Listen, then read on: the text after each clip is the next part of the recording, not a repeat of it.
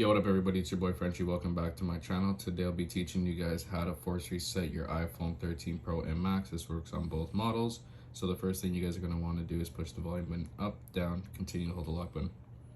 Continue to hold the lock button until your phone completely turns off. Once your phone turns off and turns back on and you see the Apple logo, you can then let go.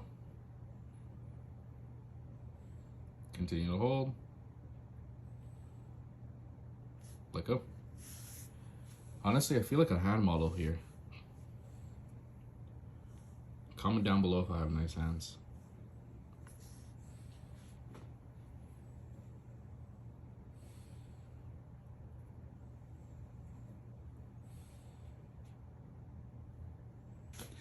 Alright, there you guys go.